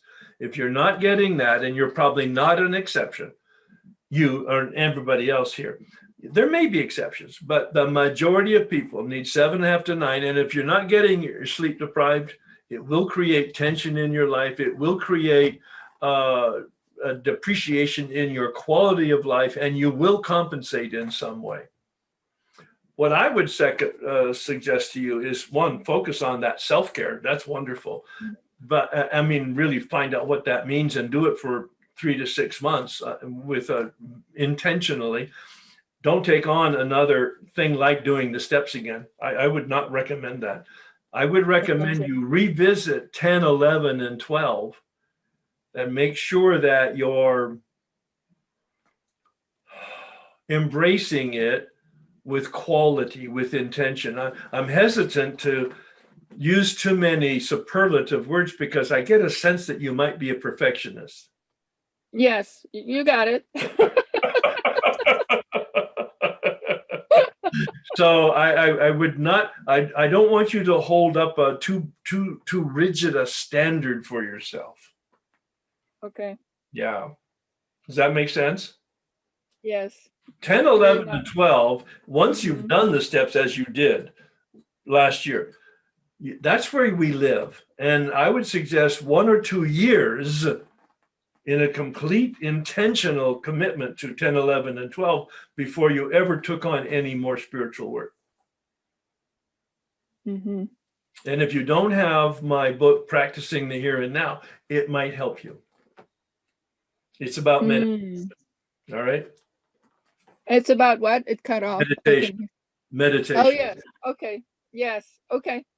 Yeah. Okay. For me, meditation is the key tool to living our lives because it improves our consciousness. Bill said it this way, and a wonderful summary: we keep our head in the clouds and our feet on the ground. It's a great image. Meditation, of course, and helping other people. Feet on the ground. That's what he meant by that. Mm-hmm. But in your case, be careful about the feet on the ground helping other people, because you already said you were a caregiver that got burned out. And so you really do need to focus on, what does it mean to put my oxygen mask on first? And I've been around the rooms for a long, long, long time. I was embarrassed to say how long. And I still had that feeling of loss and emptiness and loneliness. And I didn't find that freedom. Yes, there were days. Yes, I had a spiritual experience. Yes, I had a spiritual awakening more than one time. And the light was shining very, very brightly. Not a pink cloud, but the truth of God's will in my life. And I worked very, very hard. And I study and many, many 4th steps and helping others and sponsoring and meditating and workshops. And as you know, So what's your question? Yes. So with all that, and thank you, I find that I'm beginning to grieve. I have not been able to cry, I would say, in 25 years. And I would say to my trauma counselor, I can't, it doesn't come out. Whereas I cried and cried and cried and had to go on medicine many, many years ago after a trauma event. Now, suddenly I'm crying and suddenly I'm grieving the losses and the brokenness and the disappointment and the dreams and it's so painful. Yes. Yeah. And so that's what I'm feeling. I'm trying to learn how to work on that now, to be honest, to have more honest, to have no secrets, to I know 100% what you're saying is 100% me. I mean, it's just 100% me, how I react. Still not the question, though. So the question would be, how do I learn to allow myself to feel the grief and have it become more joyful instead of feeling shame, unhealthy shame, as you called it? Have you had any help with the grieving process? This is just starting to come out. I'm working on that now. So there's a organization called the Grief Recovery Institute. Ooh. Grief Recovery Institute. You might want to Google it. Uh-huh. And they also have a book called the Grief Recovery Handbook. Okay. I would suggest that at the very least you get the book and read it. And at the very most, you might make contact with somebody there to see if they've trained somebody in your area, because that's what they do. That is a sort of grief counselor that can help you navigate the process. And based on my own experience, my wife died 3 years ago after 52 years of marriage. And I went through the process, having read the book, etc. It took about 2 years for me to effectively process it, where I felt like I was stable again. So You're having a whole new invitation here, but don't try to do it on your own. Yes, thank you. So how to um, allow for the mistrust that can happen in recovery as people come and go and say one thing and then they do another. My wife gave me the answer when I asked, when will you trust me again? She said, trust is earned, Herb. It's never given. I said, how do you earn it? She said, with consistent behavior. So that's the simple criteria. Don't give your trust until it's earned. And it's only earned when you observe consistent behavior. Do you have a sponsor? Yes, Do you talk to your sponsor? yes. All right. So these are issues for sponsorship. Okay. Yeah. All right. Thank you. God bless you. Thank you. Thank you. So when it comes to character defects, what I'm dealing with right now is fear around not feeling good enough, that wanting to go into business on my own and who would want to pay for what I have to say, that kind of thing. Right. I do. I definitely have the willingness. I have prayed about it. What is the action that I can take in order to stop that behavior and be accountable? Well, first of all, deal with your low self-esteem. Number one, fourth step should be able to surface the underlying causes and conditions of your self-esteem. At least that's been my experience with it. And so when's the last time you did a fourth step out of the big book? Last year. Oh, okay. So did you have any connection with underlying causes and conditions for the nature of your low self-esteem? Yes, I did. And I was able to relate it back to my childhood. All right. And in step 6 and 7, powerful steps, even though they're short in the big book and even short on my presentation, they were life-changing. I'm powerless over my low self-esteem, but I'm responsible for the behavior. So I identify what would it look like if I had decent self-esteem and what behavior would come out of that. And I practice that behavior and somehow I'm gifted with the virtue. One of the items that is in books by Nathaniel Brandon, who specialized in self-esteem, a psychologist, clinical psychologist, is if you want self-esteem, do esteemable things. So it's about helping other people also.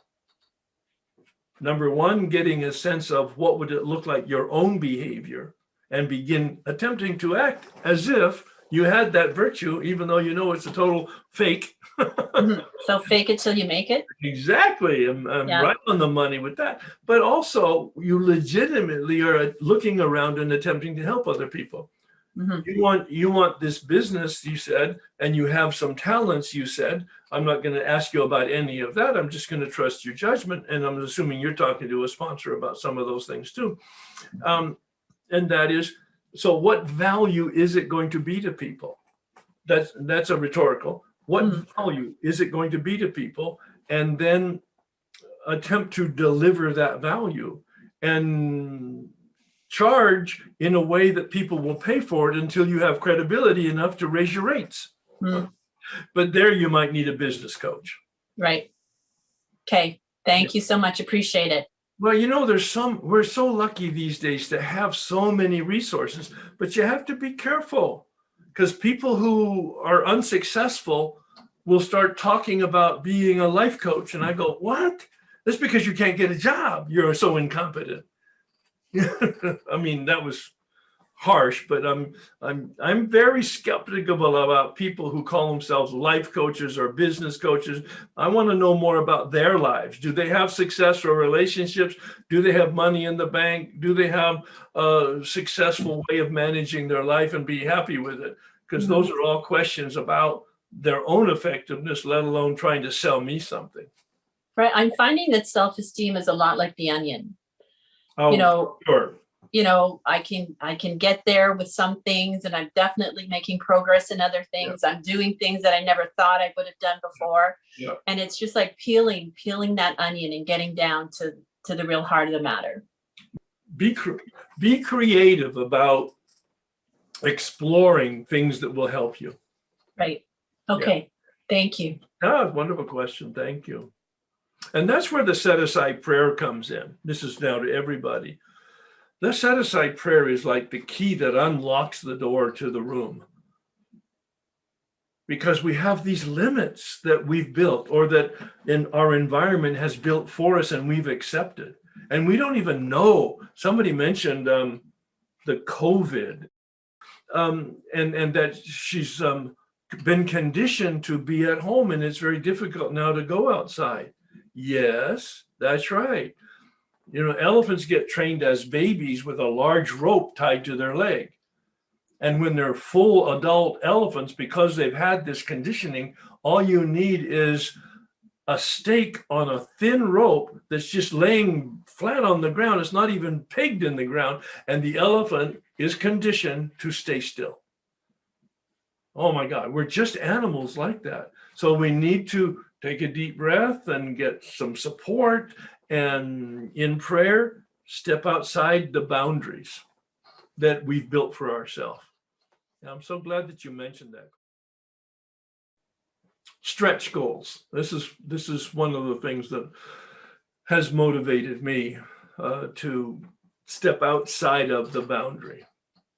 The man who took me through the work the second time taught me that, when he said, when you're doing the third column, stretch your words and your concepts about self-esteem and pride and ambition and security. Stretch, go outside of civilized conduct, use your imagination, see how far you can stretch it.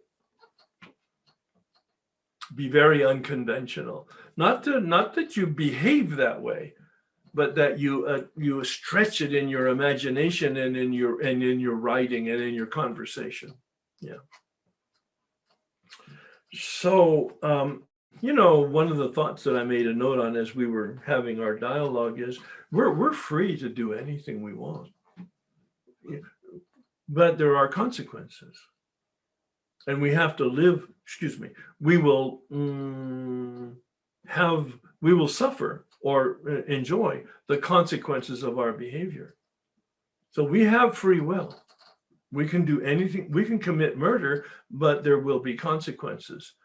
We can be a nice person in the healthy sense, and there will be consequences. We could be a nice person in the codependent sense, and there will be consequences. We have to define, by looking at our consequences, what behavior that we're willing to do to have joy and avoid suffering. I read over 10 books on the science of happiness. Every one of them in their own language said, find what makes you joyful and do that. Find what brings suffering and avoid that. I mean, it's kind of like, oh, are you kidding? That's like common sense. Yeah, now it's science. Comes out of many of the studies from the University of Pittsburgh on happiness, as well as out of the department in Harvard on happiness. And going back to head in the clouds, feet on the ground, they said, if you want to have a sense of fulfillment and optimal living, have a meaning bigger than yourself and contribute to the humanity around you. And I thought, oh my God, it's like step 11 and step 12. Head in the clouds, feet on the ground, a meaning broader than myself, a relationship with the universe, a contribution to humanity, living by principles, helping people, more specifically in a 12-step program. Doesn't get any better than this for us. This work is soul surgery. That was the term used by the Oxford group, soul surgery. I use the term exorcism. This work is exorcism. Those bedevilments on page 52, I don't mean in a religious context, but I do mean with the implications of getting free from the devils that control us. Steps 4 through 7 specifically are the exorcism, that rite of passage that I talked about. One of my teachers is Richard Rohr, Franciscan priest. And he says, we either transform it or we transmit it. He was talking about character defects. We either transform it or we transmit it. I'm going to take it a little further. We're always transmitting. If we're filled with the bedevilments, that's what we transmit. If we're filled with the light and the spirit, that's what we transmit. We're so sensitive today now to because of the pandemic, to contagion and inoculation, that this metaphor really carries a lot of power. Bill says, step 12, chapter 7, working with others, his very first line,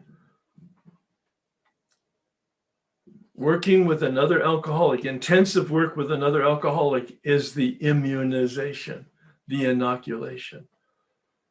You want to grow in self-esteem? You want to grow in your sense of enlarging your own spiritual life? Be aware of and help other people in the balanced sense, not in the sense of giving up yourself and becoming Mother Teresa. That's not what I mean at all. I meant figuring out in your stage and time right now, in your life space, what are you invited to do in terms of contributing? That's all, just contributing to the environment around you. Each one of us has a fingerprint, or that DNA I talked about earlier. Each one of us has an invitation as unique as that to help somebody. That's what Bill said too. Our liabilities become our assets. Yeah. All right. Let's pray the Serenity Prayer. That's the prayer that really helps us navigate reality. What is reality? What can I influence? What can't I influence? I need wisdom. Please join me. God, grant me the serenity to accept the things I cannot change, courage to change the things I can, and wisdom to know the difference. It's been a pleasure to be your captain. We're at the docks and everybody can go on shore. Thanks, everybody.